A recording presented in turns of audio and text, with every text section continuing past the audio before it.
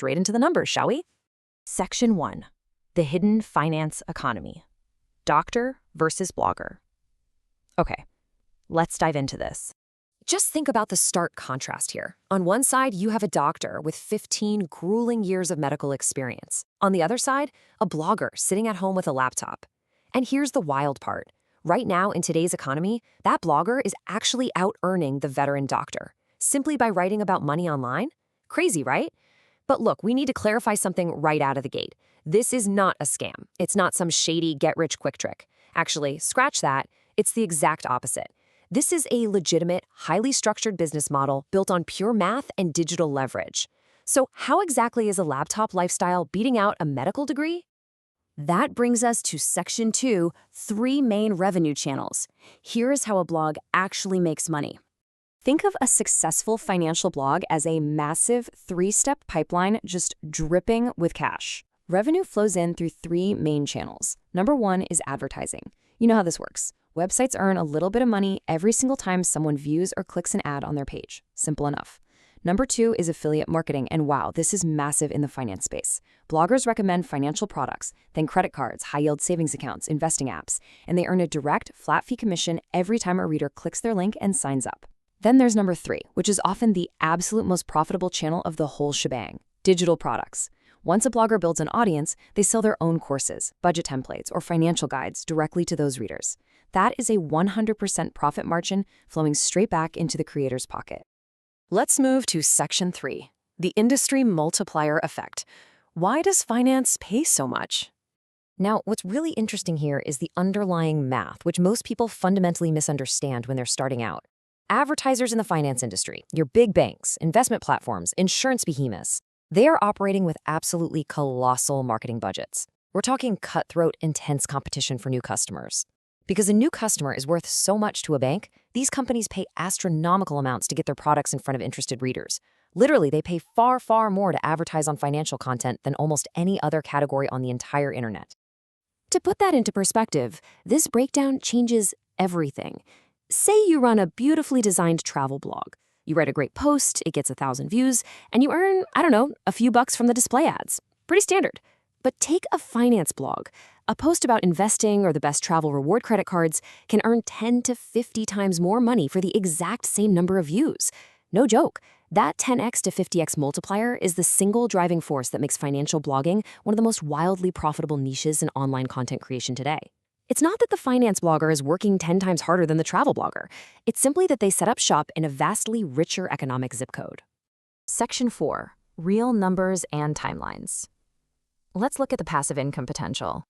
The real-world earnings data we found is just staggering. Successful financial bloggers report bringing in anywhere from $2,000 to over $50,000 per month. Yeah, you heard that right. Upwards of 50 grand every single month. Now, obviously, that depends heavily on the size of their audience and how efficiently they monetize those 3 channels we just broke down, but the ceiling here is incredibly high. And this brilliantly illustrates the true power of passive income in this space. Think of it like a battery that just constantly recharges itself. Once a financial blog post is published, it lives on the internet forever, ranking in search engines, and it can literally continue earning money for years. Compare that to a traditional 9-to-5 job, right? In a normal job, your income hard stops the absolute second you stop working. But here, the blogger writes the article once, and it pays them continuously on autopilot. Section 5, the formula for success. What it actually takes. Now, obviously, if it were that easy, everyone would be making 50 grand a month lounging in their pajamas, right? Making this work demands 3 non-negotiable ingredients. First up, consistency. You have to publish valuable content on a strict schedule, even when absolutely nobody is reading it in the beginning. It's tough. Second is specific knowledge. The people crushing it aren't just writing vaguely about money. They focus on a super specific angle, like aggressive debt payoff or dividend investing for total beginners. You gotta be the undisputed expert in one specific room, rather than a novice in every room. And third, patience with search engines. The algorithms do not trust new websites overnight. It takes time. Which brings us to Section 6, surviving the slow start and why most people quit. This is absolutely crucial to understand. The biggest reason people fail at financial blogging isn't a lack of skill. It's quitting during the slow start. It's not that people aren't good enough writers or that their digital products are bad. It's simply that they hit this massive brick wall of silence, get discouraged, and throw in the towel right before the momentum actually kicks in. Let's map this out across a realistic timeline so you can see exactly how this builds. Take months 1 through 6. This is what we call the algorithm sandbox. You will see little to absolutely zero traffic during this phase, regardless of how amazing your content is. Why? Simply because search engines need a solid 6 months to evaluate, test, and finally trust your new site. It's just crickets. The reality is most of these massive success stories took 1 to 3 solid years of consistent writing before they reached that life-changing, significant income. The people who win in this game, they're simply the ones who kept their heads down and kept publishing through the quiet period. So the real winners treat this exactly like a growing sapling. It's a long-term investment that compounds steadily over time, rather than some overnight lottery ticket.